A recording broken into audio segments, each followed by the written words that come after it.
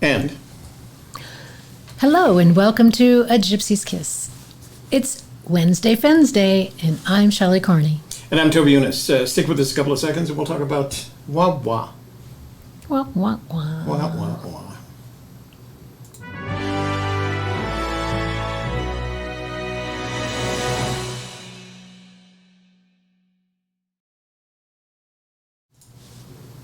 So first, I want to say to Rusty Dimples, we saw your comment about the fact that once the live stream starts, YouTube takes it upon themselves to present you with an ad before we actually come on. I'd always wondered why some of the other live streamers would put a little buffer in there, some as long as 10 minutes, which I think is way too long, but they put a buffer in there of about a minute so that apparently they can take care of that. I don't think we need a minute, but I think what I'll start doing is I'll start putting a buffer of around 30 seconds, something that says the show will start in about 30 seconds, so that we can get an opportunity to get rid of the advertising, not get rid of it, it's still going to be there, but at least it won't interrupt us coming on the air, so thanks for that. So, hi Miss Shelley, how are you doing? Super, how are you? Did you have a good time last night? Yes. What? Oh, Jesus Christ. Don't do it like that. I want to tell everybody. Why not? Why can't we? Because then they'll know. Okay, so here's what's the big secret? I We actually had guests last night come over, Cynthia Meacham and a gentleman whose name is Dan Barbarisi. Dan, as some of you may know, is a journalist. Actually, he's an editor now, but he's writing a book on the Fenn treasure, and he was coming out for one of the last times he's going to be visiting out here to visit with Fenn and some searchers. He says he's going to complete his book soon. I think he said like August, September.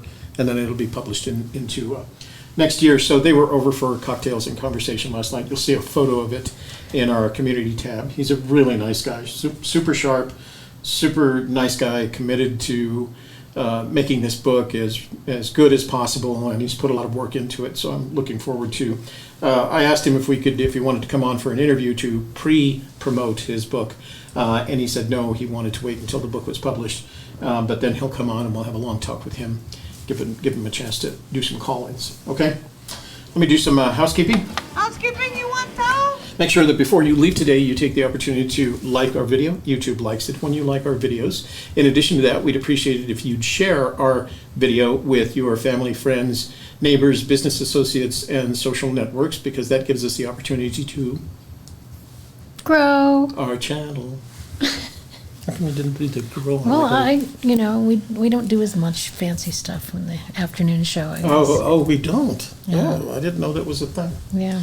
And then finally, if you're not already a subscriber, this would be the ideal time to subscribe to our channel and click that notifications bell when you do. And that way, every time we start a live stream or we schedule a live stream, you will be immediately informed and in the know. Thank you for that.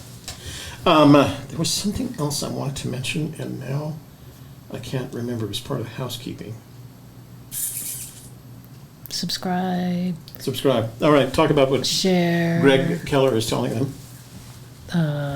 And Greg Keller is one of our moderators. He's showing you how to address your comment to us in the chat room so that it gets highlighted with the @ A Gypsy's Kiss. So if you want to make sure we don't miss it in the chat room, you can use that format that Greg has displayed and was followed up by Rob Matson. So make sure you use that format if you want the comment highlighted for us. Otherwise, you can click on that stylized $sign at the bottom of the chat, and that super chat button will highlight your comment in a box or a colored box according to the amount you choose to donate. And there's also the availability of this phone number here for texts, and you can email us at Sunday Fun Day. Oh, rats. You can email us at gypsieskiss@gmail.com. You can follow us on Instagram at A Gypsy's Kiss, and we're also on Twitter at AGK on YouTube. Is that right? AGK on YouTube. YouTube. That's right. On Twitter. On Facebook, for those of you who enjoy Facebook, we have a Facebook page, The Hunt for Forrest Fenn's Treasure, Hidden Treasure, and a Facebook group that you can join as well. Just request to join and we will accept. It makes us do that on Facebook. And we also show our video on Facebook as well as YouTube and Periscope/Twitter. So you can watch it many places. I took us off Periscope. Oh, so not Periscope. But I applied for LinkedIn. LinkedIn is now allowing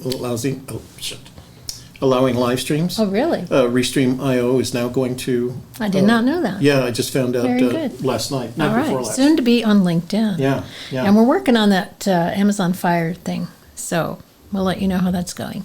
Little by little. Yeah.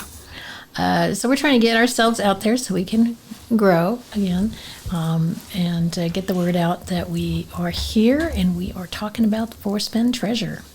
Because we like talking about the Forrest Fenn treasure. It's fun having visitors who are have common interest in the treasure, because you just get to talk about it and you get to say things. And we're doing that later today. Yeah, we're In between shows. We're actually visiting with a gentleman who has a great story to tell. I don't have permission to tell it right now. I'm hoping that we're meeting with he and his wife who are visiting the area this afternoon between shows. And he has a really interesting story, and I hope that part of what happens at dinner tonight. Hey, Tunarth. So see how easy it is when Tunarth uses that @ sign, a Gypsy's Kiss.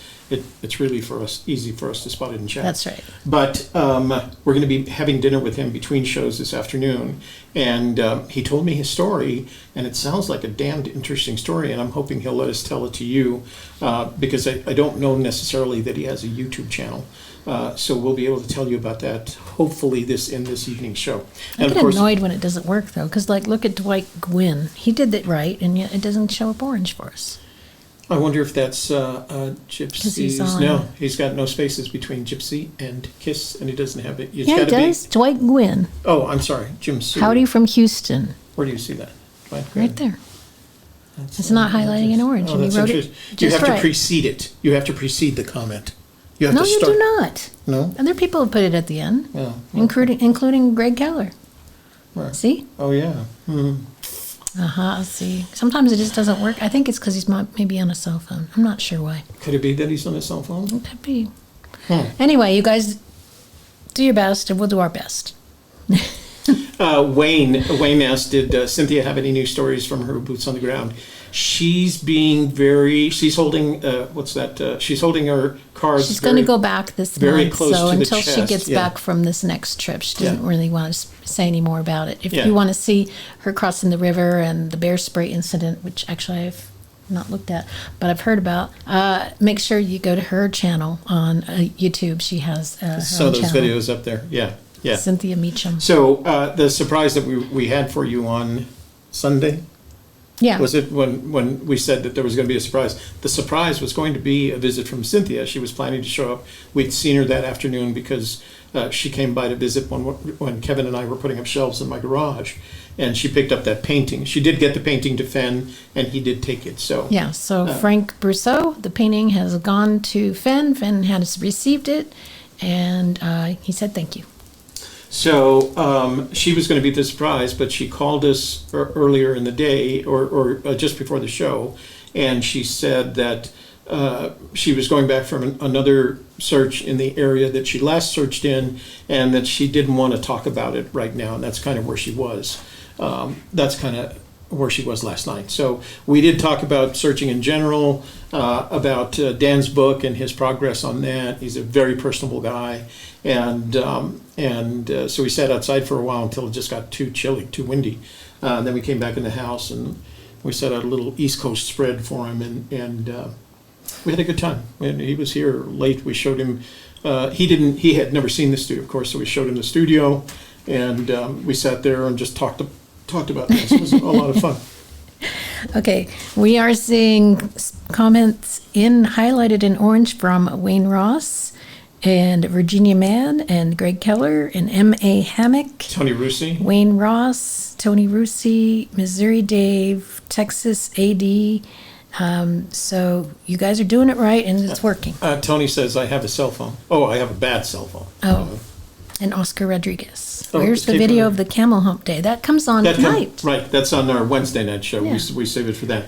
So let's get you ready to go into topics, or you have Yes. anything else that you want to say around No, this? well- Did you do your I did.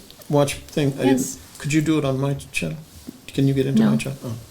Just one more little announcement. I do have a show right after this at Oh, that's 2:30 today on the softer side, and the topic is improve yourself right now and why. It's going to be fun. Toby and I are going to have a conversation after the presentation, and then we're going to open up the chat room, and hopefully you guys will be there to have a nice discussion and let us know what's going on in your lives. 2:30 on the softerside.live. Okay, and Toby's almost got that shared on his page. Start a watch party? So I don't see it. Oh, is that the video? Yeah, it's right there. Okay. Should put water in the palm. Share. I don't know, it's weird. Okay. What was Just it? share now. And it's going to go to my page? Yeah, Okay. I like when my family, guess so. I like when Let's my hope it all family works. sees us on a video. yeah. Okay, so Okay. what we're going to talk about is the shape of water in Fenn's poem. I would like to refer to one of our previously made videos. It's called, dang nabbit, it was something about water and Fenn and water. But we published it on Tuesday, 27 March 2018. So take a look at that, because we talk about the number of times water is mentioned. And the point that I make in that is that Fenn talks a lot about water. It's mentioned as one of the two most often used nouns in the poem, or two nouns in the poem that is most often used in the book, that are most often used in the book. And I won't talk about the other one today because we did another video on that. But water is mentioned 35 times in The Thrill of the Chase in various forms. So we thought that was a lot in comparison to the other nouns in the poem. But also, you have to look at it from the poem's perspective. And I'm just going to, so we are of the opinion that the first clue, based on what Fenn has said, is begin at where warm waters halt. And we are further of the opinion, although we don't have Fenn backing this up, that the poem ends with look quickly down your quest to cease. I'm sorry, that the clues in the poem started begin at where warm waters halt and end with look quickly down your quest to cease, expecting that when we do look quickly down, if we follow the clues correctly, we'll look down at the treasure.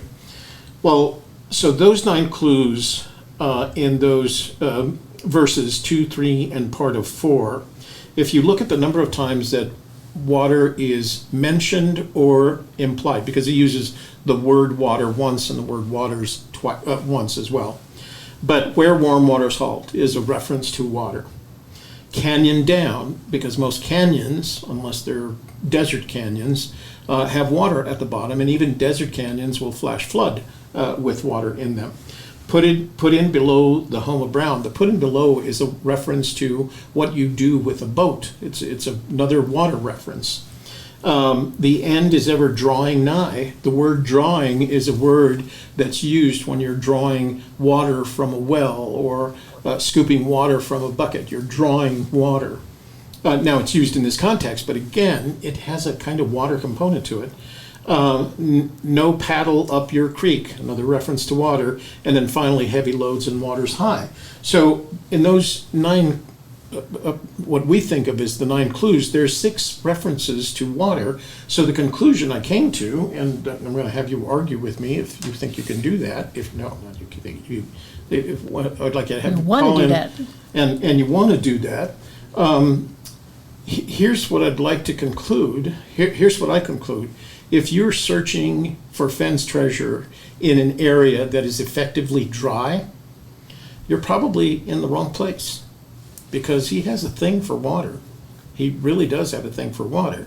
And there are a lot of areas, especially in north of Santa Fe and south of Colorado, where you can be searching and there is no water. There are dry creek beds that may fill during a rain or after the snow melt or something like that. But there's, generally speaking, a lot of places that you can find that there is no running water. And I conclude from what I've looked at in the book and the poem that if there's not running water, if you're not near running water or you're not crossing running water or whatever, you're probably not looking in the right area. Because it seems to me that the concept, not just water, but the concept of water has some significance, spiritual or otherwise, that seems to have Fenn has picked up on. So that's what I want to talk about today. I'm going to open up the phone lines in just a minute here, but I want your thoughts on where they didn't waste any time.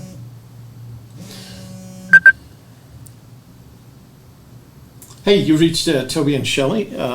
What's your name? Where are you calling from? And what do you think about water?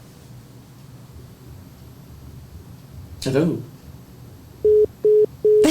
Wrong number. You know what it is? That's it wasn't I haven't turned the line in. That was a personal call. That was a personal call. The sales call, and the salesperson was like, what? So it's really funny because I've been getting calls for somebody to ask, may I speak to Charles Giddings? And I say that there's no Charles, you've got the wrong number. But Charles Giddings seems to be a really popular fellow, and he must have had my phone number at some point. Okay, now, so that was probably a call for Charles Giddings, and that person is going to go like, I don't know what just happened. I think I'm on a radio show. Phone lines are open. So if you're not calling for Charles Giddings. The number is live. The number is live, 866-597-9901. Call us and tell us what you think. Draw, right. Missouri Dave says draw is also a canoe paddle stroke, the draw. Right? And somebody said a draw is also a body of water. That was Zapster. And Snow 17 says the shape of water or any liquid depends on the vessel that the substance is being held. So the $1 million question is, what vessel is the warm waters held? Good question. Wow, that was good. In what vessel? So let's talk about, Zapster said, yeah, you said that. There'll be no paddle up here. Creek means something else, maybe a dry river or creek bed. Well, it could, but it could be a dry river or creek bed that feeds the main body of water that's flowing in the canyon down. There's just too many references in that area, both direct and obtuse, that would say to me that if you're not in an area where there's water, you're probably not in the right area. So, no water, no life. No water, no life. That's right. We can only go 3 days without water. Two things we need as human beings. That's right. Air and what? Lunch on your face. Haven't had lunch yet. Let's see, Drawing Nice says, I had reference talking about a family fly fishing and finding the treasure chest accidentally, looking for a new fishing hole. So I agree with Toby. If your area is dry, find another spot. Thank you. Wow. Who and said Forrest that? That was Drawing Nine. And of course, Forrest has also said, if you're in the desert, you're in the wrong place. So and you can interpret, there's an additional line in the poem that's not included in what we think of as the 9 clues. He also says your effort will be worth the cold. Well, if he's telling you to search in the summer, not to go in the winter because it's dangerous, and you're searching in the summer, the only thing that you're going to find that's cold is water, especially in the mountains. If you're above 5,000 feet, the water is going to be cool. I did ask Cynthia, she did make that video of her crossing that river, walking across it, wading across it, because it wasn't very deep, but I asked her, was the water cold? And she said no, it was actually, she was surprised that it wasn't all that cold. It wasn't warm or anything, but it was cool, she said. So I found that interesting, that up there in Wyoming, and there's snow all around, that the water wouldn't be icy cold. Right. K-Pro, I still haven't found a place to stay at the function. So at this point, no. You have to call that guy who had the ranch. See if he wants to. No, he's at Cody though. Hey, it's Susie. Susie. Hey, Susie, you've reached Toby and Shelley. How are you doing today? Don't forget to turn off your audio. Hi, Toby. Hi, Shelley. Hi. How are you doing? I'm doing good. I just was going to talk about water. Great. Well, before you do that, could you tell us how you're coming along? What kind of progress you're making towards your goal? Where are you at? If you don't mind talking about it, where are you at in your Fundraising efforts? Today I'm at like roughly it's $620 and some odd cents. Oh, good. Good for you. Wow. That's congratulations. Well Do done. some applause. Yeah, that's good. All right. Well, thank you for that. Thank you Yeah, for the that's update. amazing. So, what do you want to tell us about water? Well, that my very first my first solution that had me running out to Montana and had me at the Ringing Rock. The only problem that was for me, because that just fits so beautifully, is that there was no water. There's not a stream, a river, a lake anywhere in close proximity of the Ringing Rock feature. You know, it's the pile of rock that's actually a feature. So that was the only thing that kept sticking in the back of my mind. It's like, man, I don't know if that final place is probably going to have water. And then, but it also made me think of while I was in Butte about the water situation, looking at it as the trout streams that are connected. They're so connected up there. First of all, it seems like a lot of the streams feed off one another, and all the mining that goes on, and all the Superfund sites for river cleanup there that are where it killed the trout waters, where it killed the river, out of from Butte to like that town of Anaconda. That there's some really pristine trout waters up there but anyway, my point of that is like the water in Forrest could be not talking about beautiful pristine trout water. He could be talking about how we're polluting the waters and how the mining of the gold in his chest, the bronze, all those what do we call them, sculptures that he made with his foundry and stuff, all taking all those metals, that does leave that, there's consequences to that. Yeah. And, so I don't know if maybe this whole thing with water, it could be a point of not, could be pointing us towards maybe paying attention to, the pollution of it as well. Not, right. Like looking for lovely waterfalls. It could be, looking for the fall of the water, because he says, butterfly, flutterby, waterfall, fall of the water. You could play with those words and twist his waterfall into something bad happened to the water, So let's take that one step further. If I know that you're planning to go back eventually to your search area. Do you feel now, although I get the sense that you weren't quite as connected, your search area was not quite as connected to water in your first search, will you be looking for water as part of your search area in this upcoming search that you're doing? Well, yeah. Well, wherever the poem leads me, I really don't have a search area right now. I'm trying to, figure it out, narrow it down. And if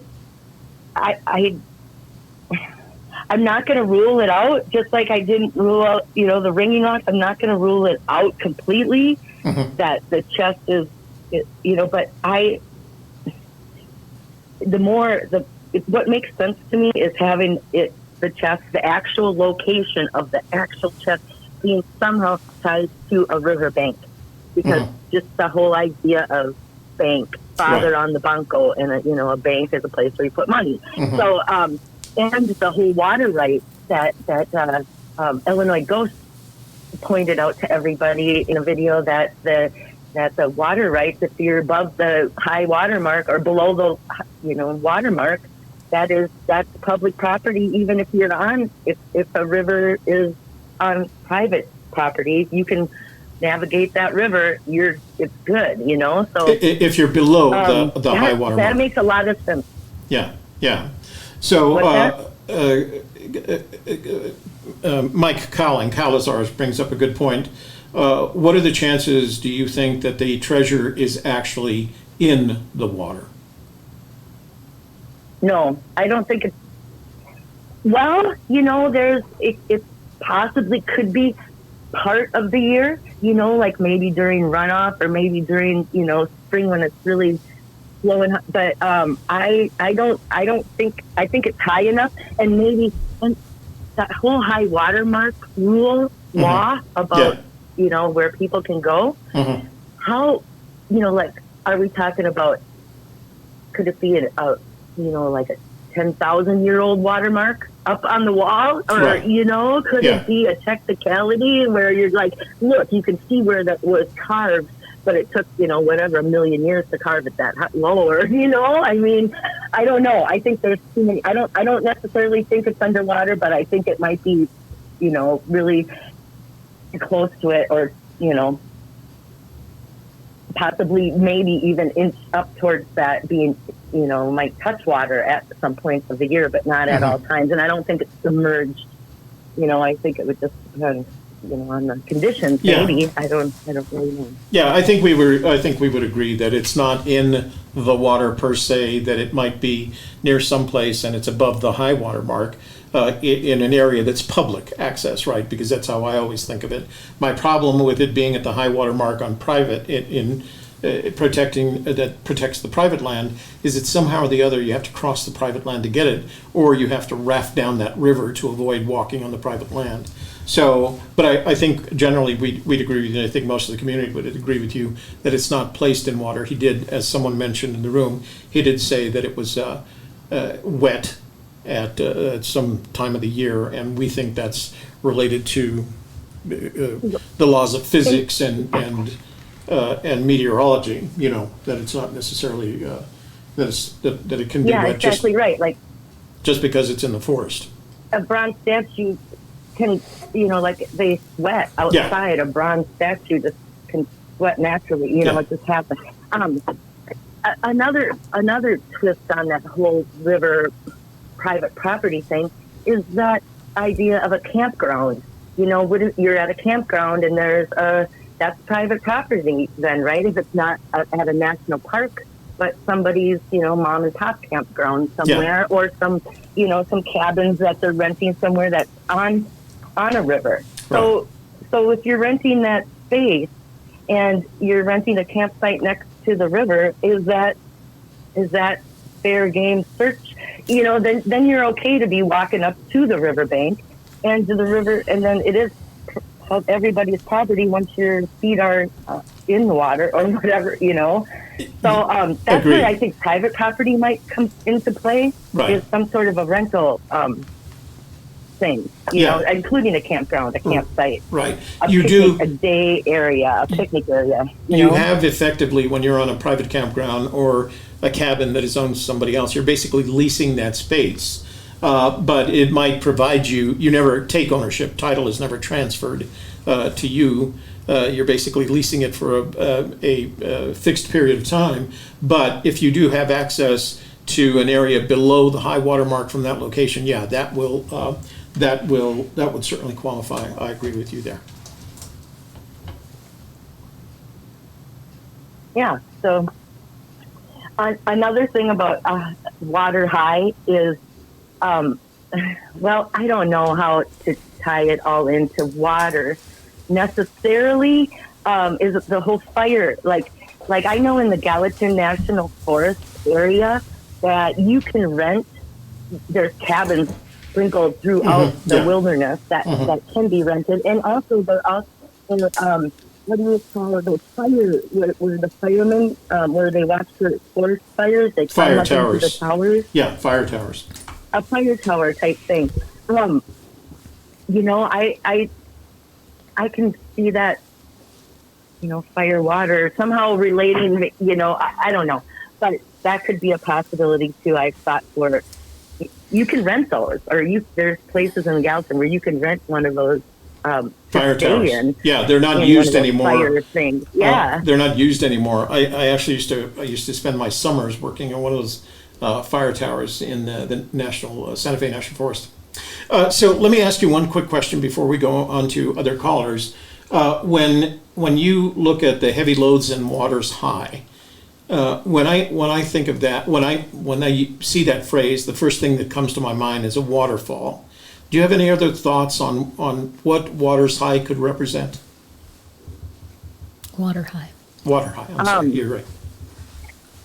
Well, I worked with heavy loads. If you turn that into the word burden, instead of having it be an actual location, turn it into, the heavy load is a burden of the burden of flooding, a burden of a flood, or those two are connected. Heavy loads and water high, I think, are one thing. I don't think those are two separate things. I think that's describing one thing. To me, right now, and, ask me again tomorrow, but, Yeah. Heavy loads and water high. It also could be, like one of those log flumes, where they put, for when they built all the railroads and the railroad ties and, the ghost towns and where they were cutting the logs down and sending them down a water flume, to be shipped away from there or floated down the river. Right. So that's another idea for, besides the waterfall, that's a type of waterfall, a water flume, or I think that's the right word for them. I don't know if that's what they're really called, but so, or even, I also use the water high as idea of like Missoula, Montana has these cliffs from, rock cliffs where the actual, 10 million years ago or however million years ago, the actual ice sheet glacier came through and cut this, you can see it cut into the side of the whole canyon, so, and it does say high water marks. You could, like somewhere that was all underwater at, million years ago, whatever. And so there is a high water mark in Missoula, way up high, on the canyon wall from that. So that's another, and I'm using these for example, because that's where I search most, is up in that area, Montana area up there. Yeah. So I know the most about that sort of that area up there as far as how the clues would work with all that. So all right. Yeah, that's a couple different things I came up with water high. So thank you for that, and thank you for calling in, and congratulations on the progress that you're making on your fundraising efforts. We hope it continues to go, and like I said, we hope we get the opportunity to visit with you if you should come down to Fenbury. We look forward to that. Okay, very good, and thanks for doing the show, and I'll look forward to the next caller, see what they have to say about it. All right, thanks for calling in. Bye, you guys. Bye-bye. It's interesting, whenever I hear from her, she has spent so much time with that book and that poem. She doesn't have just one angle on it. She has 5 or 6 different angles on it. She's considered, like, isn't there a phrase like, oh yeah, we've considered all the angles? She's really puts her heart into considering all the angles. Phone lines are open, 866-597-9901. Call in and tell us what you think about water in Forrest Fenn's poem. Somebody wrote, so I wanted to say hi to Chris McNeil from Tennessee, who's in our Facebook page. Hey, Chris, thanks for joining us there. We're glad that you took advantage of the fact that we live stream to Facebook as well. So thanks for joining us. And for those of you in the room, in the Facebook room, we can actually see your text messages. So if you make a comment on that Facebook program on a Gypsy's Kiss, we can actually see it right here in front of us as a result of one of the features of Restream.io. So, Mike says, yeah, she just got a new copy of the book that they sent her. Hey, you reached Toby and Shelley. What's your name? Where are you calling from? And what do you have to say about water in Forrest Fenn's treasure poem? This is Nate from Minnesota, and I want to say hi to Shelley because nobody ever really first comes out and says hi to Shelley. So hi, Shelley. Hi. Love you. Aw. Everyone loves you. I'm going to give her a hug for give her a hug for you. Thanks, Nate. Thanks for calling in. Yeah, no problem. So there's one thing that I'm thinking is a possibility that I want you to consider Okay. that does relate to water. So, around this being around water, I think, yes, there is water involved. However, I believe there's two pieces to it. The first piece is, I think you take the 9 clues and you look at the big picture by taking the 9 clues to determine where generally on the map you go. So I think you read it once first to get down to a city or some locality, some way of pinning it down to a localized area. Mm-hmm. Then you reread the poem again, and from that area, then you take it a little more literally. You begin it where warm water is called from that location. So I think it's like a 2-part thing. It has a double meaning. Mm-hmm. That is at least my thought as a possibility. Recently Fenn mentioned that everyone seems to be missing this big possibility. Is it possible that you're reading it twice? And the first time around, you don't really focus on where warm water is called. There's some sort of alternative meaning to what that really means. That could be where comfortable area is called, is basically what he's alluding to. Right. So it's just a thought of mine that I've been playing around with, and I haven't quite pinned down where I think that would be, but I do have some potential thoughts, and that doesn't necessarily mean that you need to take the words themselves literally. Right. There's directional pieces to it. For example, if you took each line of the poem and you cut it out into its own piece of paper, just a strip, and you take each line and say, I'm going to begin it where warm water is cold, and take it in the candy down. So then the next strip goes down. And then, from there, it's not far, but too far to walk. So you go all the way down to too far to walk. Right. And then you're going to put in below the home of brown, meaning you're going to now take your next strip after that and move it left. And maybe you overlay that onto a map or something of that nature. Mm-hmm. It's just an outside thought like that you're not really messing with a poem because you're following exactly what it's telling you to do, but hopefully directing you to being able to put your finger on the map. And then once you're there, you begin it where warm water is called, wherever that local area. All right, so let me get back to a couple of ideas because I'd like your opinion on the matter. So one of the things that we struggle with is exactly where the starting point is. We think, like you suggested, that you have to be kind of in the general area before you actually started where warm waters halt. What in the first part of the poem to you is some sort of indication about where this general, if it's there, if there is something in the first part of the poem that's a general indication of where you might start or where you might find that starting point at where warm waters halt. Is there anything there that helps you get closer to that? Well, that's exactly what I'm saying. I think you have to read the poem first in a general sense, right, looking at it from all search states, right?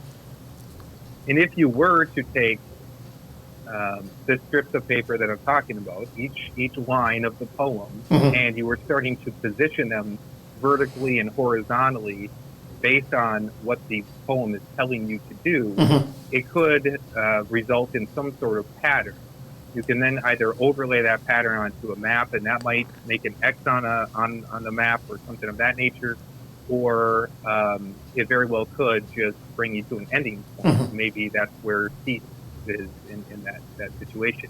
Once you're at that point on the map, you now have, let's say, a city that you're beginning in.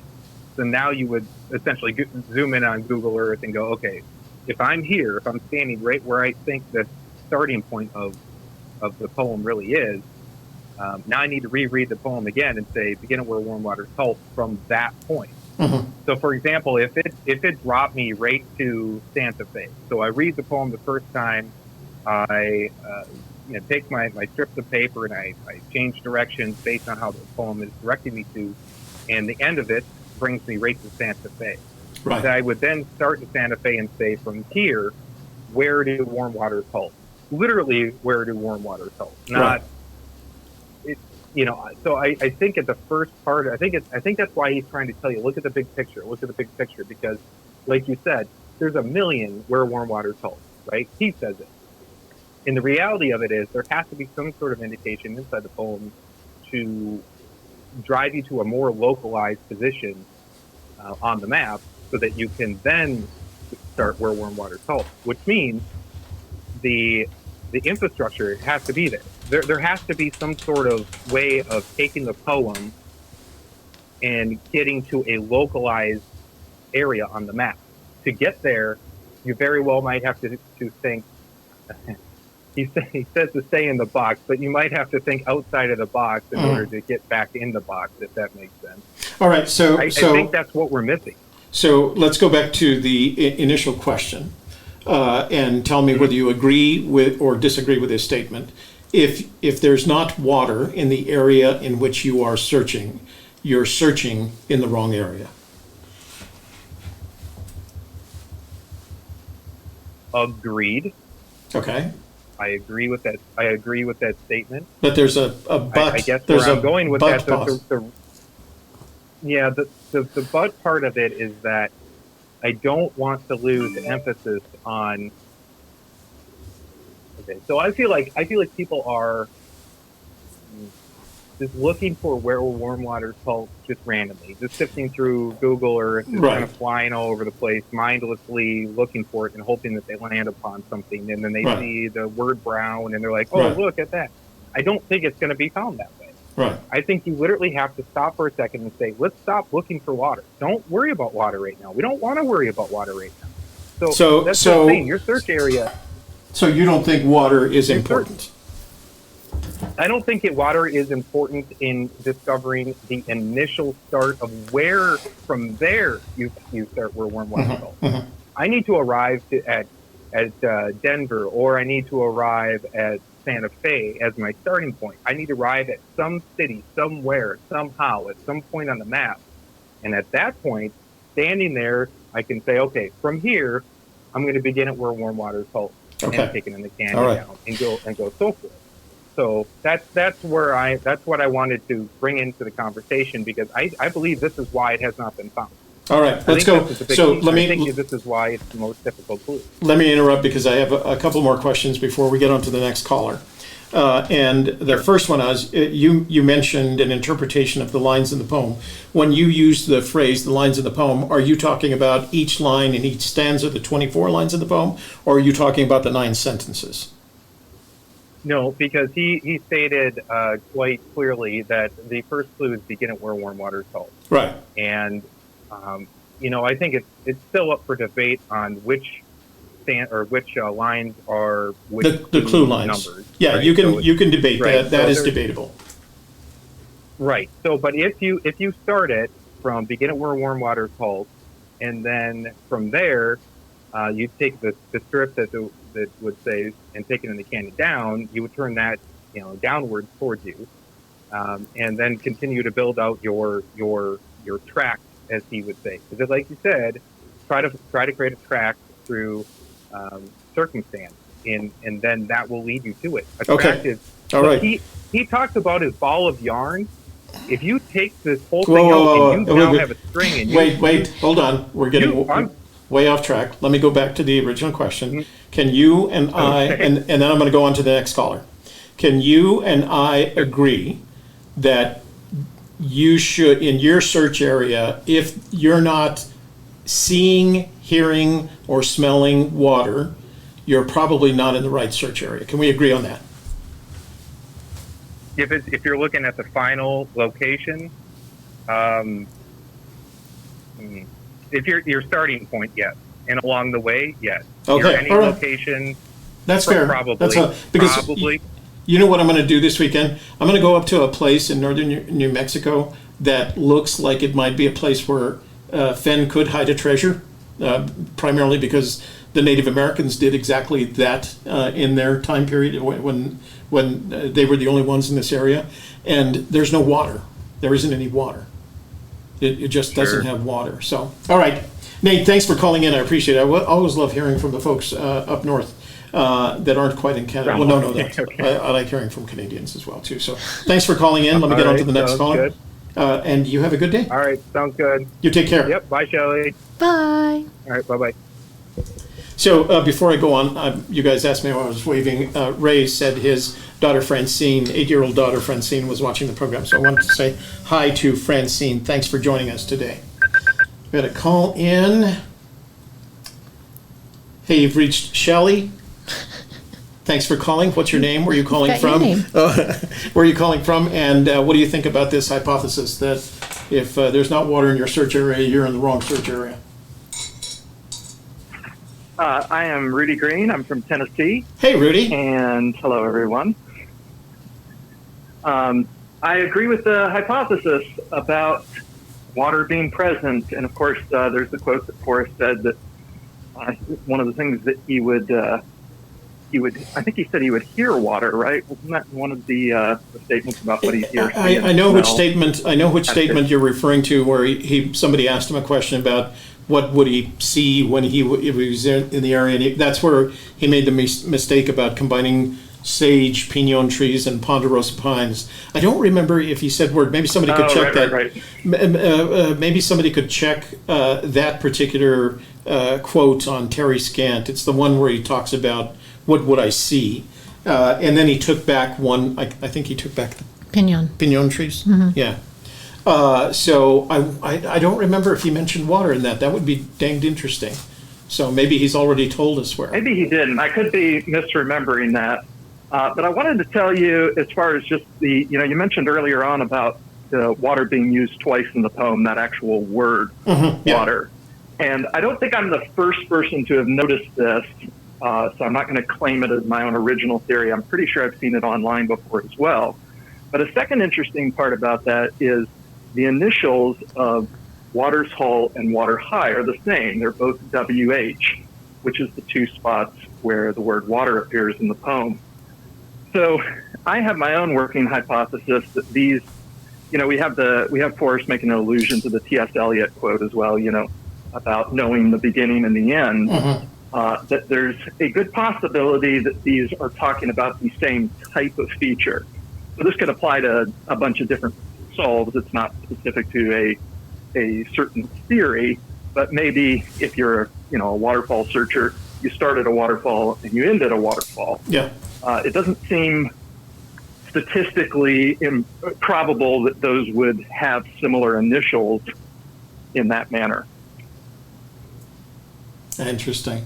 You know what? If I was a believer, I think there might be a pattern there. Yeah, no. It's interesting that you should mention it because that's what you just said. I hadn't noticed. I've read it hundreds, if not thousands of times. Had never noticed it. But if I had a coder ring right now, I would go do the WH combination on the coder ring just to go see what would happen. Well, people always abbreviate it too as WWWH, so it's not as visually obvious right away. Because the only two times that W and H have the initials in the poem, and it's also the only two times that it talks about water. So I'm in the camp that I think there's water at the starting point. I think there's water at the ending point, and it might be talking about the same type of geographic feature. Right. So Wayne Ross says. There's also. There's nothing on Terry Scant about hearing water or listening.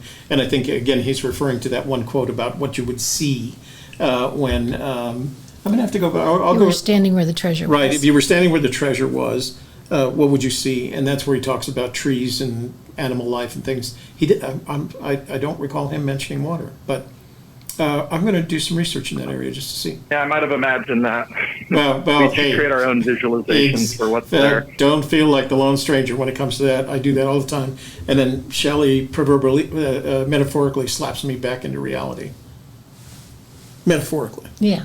And this isn't quite as directly related to water. We have the other water word creek in the poem. Yeah. But also statistically unlikely that you would use the negative form of referring to that twice with NT, no paddle, and no place, Right. which is another line in the poem that, at least me, assuming that these words are being used literally, creek would also be a water feature. That was the other thing we noticed. We're not talking about it today, but the use of negative connotations, like you said, no place and no paddle.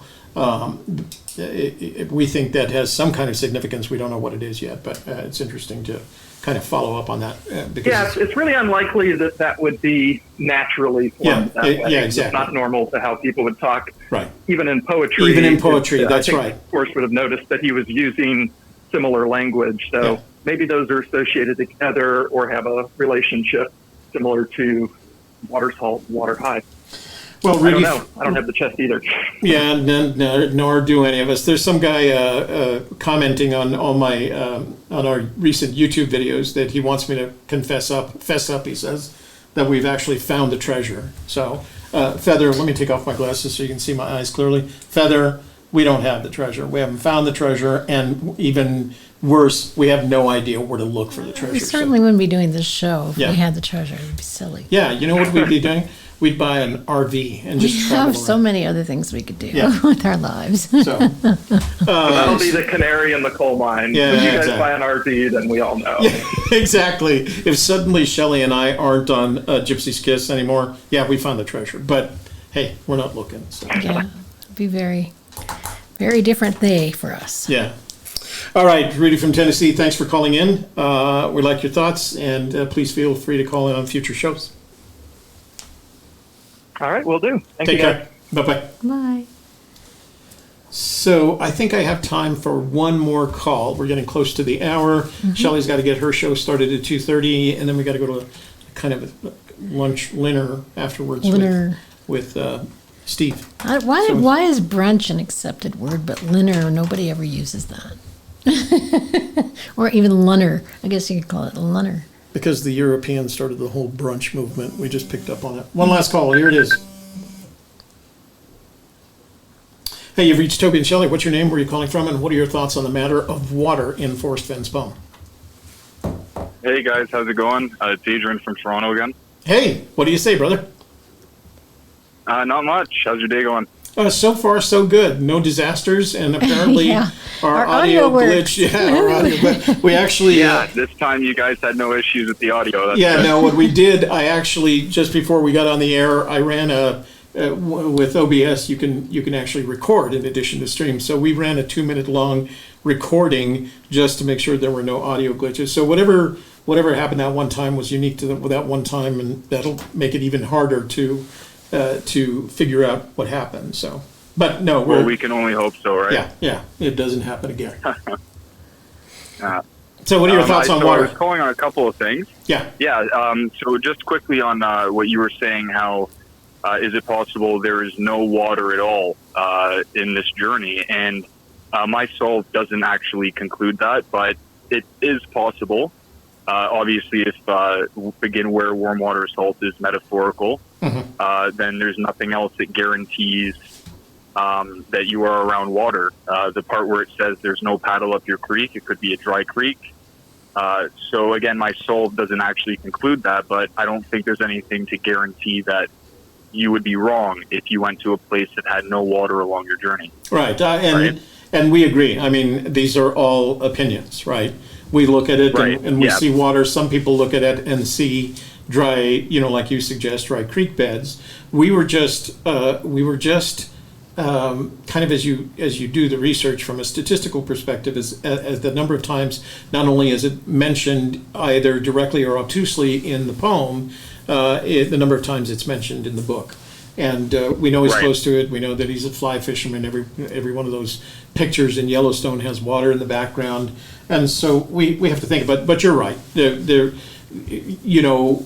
As far as we're concerned, it is just as likely there is no water in the search area as there is. Right. For any. Right. There's For nothing any. to verify either or. That's right. There is no evidence to indicate that there is either water in the I would search area say or not.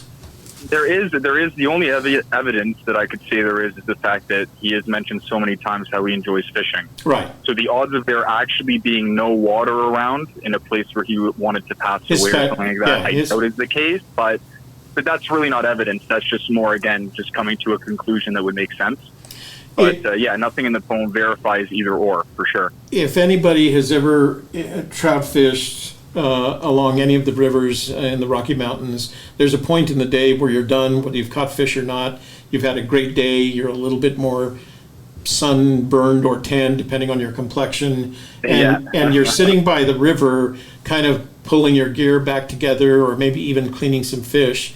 And there's a moment there where suddenly the elegance of where you're at and what you're doing strikes you. And one of those elements is the wind, as it goes through the trees, and the water flowing and the down. Sound of the water. Yeah, exactly. Yeah. And so I think that's at some point you say to yourself, this is a special place, And what's funny is the special places that I've found while I was trout fishing, they're common. I mean, I fished on the Pecos and the Rio Grande most, and that, those two areas are heavily fished. To a lesser extent on the Cimarron, but you can go on a Saturday on the Cimarron, and that river is filled with fly fishermen. What impressed me about our visit up to, and the same with the Rio Chama, but what impressed me about the Rio de los Pinos, as enticing as it was in terms of the treasure, it was far more enticing for the fishing. Just being there. Yeah, just being there and enjoying it, and like Shelley has mentioned several times, we fished that river for a day on our last thing just because we wanted to make it a point, and we didn't even get a bite. It was too late in the season. Right. The water was too low. It was too warm, but it was worth it just doing it. And what's really interesting about that particular area is even the fishermen that go to Colorado and buy an out-of-state license don't fish necessarily the Rio de los Pinos. They mostly fish the Conejos, because it's far more it's far more accessible. Yeah, exactly. It's far more accessible, and so it holds a lot. All the guides in that area focus on the Conejos rather than the Rio de los Pinos. So. Oh, okay. But makes sense. So tell us, have you followed this treasure hunt that's taking place in Canada? Did you read that story? No, I actually have not read that story. I am actually planning a trip to New Mexico, hopefully for the beginning of August, to do the Forrest Fenn. So, but I have not heard about the treasure in Canada. It was just announced recently. It was announced within the past couple of days, and I don't know the details. What I do know is that they took the model of Forrest Fenn's treasure and the hunt and the poem, and they hid 3 treasures, and it looked like it was mostly in Western Canada. And and then they published poems with clues, and one has already been found. The first one was $100,000, and it's already been found. Oh, wow. So, yeah. Wow. Yeah. Yeah, that's cool. Yeah, he definitely has influenced a lot of people, clearly. Yeah, it certainly has. Yeah. And it's, I don't know where the Canadians did it, because whoever did it, I need to read, I'll have more information tonight, but whoever did it decided, well, it's not in Canada, so let's do our own treasure. Our moderator says, Eric Schmidt said one is in British Columbia and 2 in Alberta. Yeah, okay. It's probably the same cost for me to fly to New Mexico as it is. That it is for me to fly from Toronto to BC. Yeah, I'll bet. It's crazy expensive to fly in Canada. Like, I fly to China. I've flown to China cheaper than flying to BC before. Wow. So yeah, it's pretty nuts here. But and another thing with the warm water salt. Yeah. So the way that I've approached with my solve, because again, my solve, I'm confident enough that I'm going to go there and actually search. But there are so many ways to interpret where warm waters hold. Yeah. And it's really hard to pinpoint exactly where that starting point would be. So for me, my approach has been finding where the home of brown, in my opinion, what that could ever mean. Mm-hmm. So once I figured out, in my opinion, again, so it gives myself a bias, because now I'm kind of focused on this one location that I have been sold on as the home of brown. But from that point on, then I try and figure out, okay, from here, where can warm waters halt, or where would that make sense? So that's kind of how my approach reversing has been. the engineering. It's it's reversing the engineering, but at the same time, the thing is, I've actually, in my opinion, I have figured out the proper way to read the second stanza, I guess, from where warm water salt to the home of brown. Yeah. That part, I think I've figured out how to read it properly, directionally wise. So because of that, it's easier. Like, again, there are so many places where warm water salt. It's been easier for me to say, okay, well, because this is what makes sense for this paragraph, and if this is the home of brown, then this is the starting location. Right. I know there are people. And I have a couple of places that are like that. I even have one in Colorado, which I doubt is the case. But so that's kind of been my approach towards figuring that part out. Right. Again, I don't come from New Mexico, so I don't know the geography there well enough. Mm-hmm. But that's kind of been the way I've tried to solve it. Is okay, this has to be the home of brown. So where do warm water salt from here? So. Well, it's an interesting premise. I remember somebody asking Fenn about, and again, I'm just going to paraphrase. It's just something in my head. Something about looking for the home of brown and then going from there. Because, like you, I think there are a lot of people that think it would be easier to identify a unique location that represents the home of brown. And he responded by saying something like, "You got to start it. Why are you looking for the home of brown? You need to look for where warm water salt." Yeah. It was one of those emails that they posted on Dale's site, but he made a comment about that. But I tend to agree with you. To me, it seems a lot more likely that you're going to be able to identify the home of brown than you are the dozens, hundreds, thousands, or millions of places where warm water salt. So, okay. So a lot of people. So actually, I'll call back another time. I have a lot of things to say, anyways. But hopefully in the next week I can verify that I'll be there in August, checking it out. Okay, we'll add you to the list. All right. Thank you very much, guys. Thanks for calling in. Talking to you and Shelley. Have a great day. Bye. Thanks for calling. All right. Take care, guys. Talk to you later. Bye. Okay. Hang up the phone there. Yeah, I'm going to. So, okay, we're going to turn off the line because we're at 2 o'clock. We've got to get ready for the show. For those of you who didn't get through today, you can either write us an email, send us a text, or call us this evening on Hump Day Hoedown. Or you can leave a voicemail. That's the other thing that you can do with our 866 Don't leave your phone number and don't leave your phone number loud. And don't say your last name. Just say your first name and from which state you are calling. Somebody just left a voicemail. So join us tonight at 7 o'clock for Hump Day Hoedown. We don't have a lot of text messages and a lot of emails. So send us some. So either send us some or wait so you can call in and talk about these things tonight. And you don't have to feel like you can't talk about water. We talk about anything on the that has to do with the Fenn treasure, or sometimes we even talk about things that don't have anything to do with the Fenn treasure, which we can do. And we'll do a lot more of that on the softer side today at 2:30 at thesofterside.live. Toby and I will be having a wonderful conversation about how to make him into a better person and how to do that today. So I think you guys are going to want to tune in for that. Maybe give some advice to me and Toby as well about how we can improve ourselves. So I want to say hi to Gene Williams, especially Toby, the point that we're making here. Yeah. I wanted to say hi to Gene Williams in our Facebook page, and Gene said he was coming back from the VA, and I don't know if he means the Veterans Administration or Virginia. So having connections to Maybe both of those. that's 112P Bravo, because he said he was on his way to the VA. Oh. So earlier in the show. Okay, VA as in Veterans Administration. Oh, well, I'm a big fan of the VA. That's he how had I an get my appointment, healthcare. I think he said, So, specifically. I'm a big fan of the Veterans Administration, so don't say anything mean about him when you're in my group. All right. Okay. Mr. Anonymous, we look forward to your phone call this evening. Yeah. And make sure you've got all your comments lined up and keep it tight, brother. Keep it tight. That's what's important about those calls, so we can get it in, and lots of Otherwise, people make fun of you. Yeah, they'll start asking. So somebody asked for one of the videos earlier today. We don't do videos in the afternoon. We'll do them tonight. Yeah, so. we try to keep a tight show at 1 o'clock, so it's over in an hour. Yeah. Yeah. Okay, so thanks for joining us today. We'll see you tonight at 7 p.m. on or Hump Day. Tune in at 2:30 to the softer side. Yeah. And I'll figure out something to accommodate the fact that YouTube is now putting Ads. advertising on the front. front of our live stream. I Yeah. didn't know they were We'll doing that. slow so down the intro or something. I think, who told us that? There was a couple of people that said they had that issue. Rusty Nipples. Yeah. Mentioned it. Okay, we'll do something to take care of it tonight. Okay, guys? All right. And Thanks for being here, for all your great questions, comments, and for Gypsy's Kiss, I'm Shelley Carney. I'm Toby Younis. We'll see you tonight at 7 o'clock.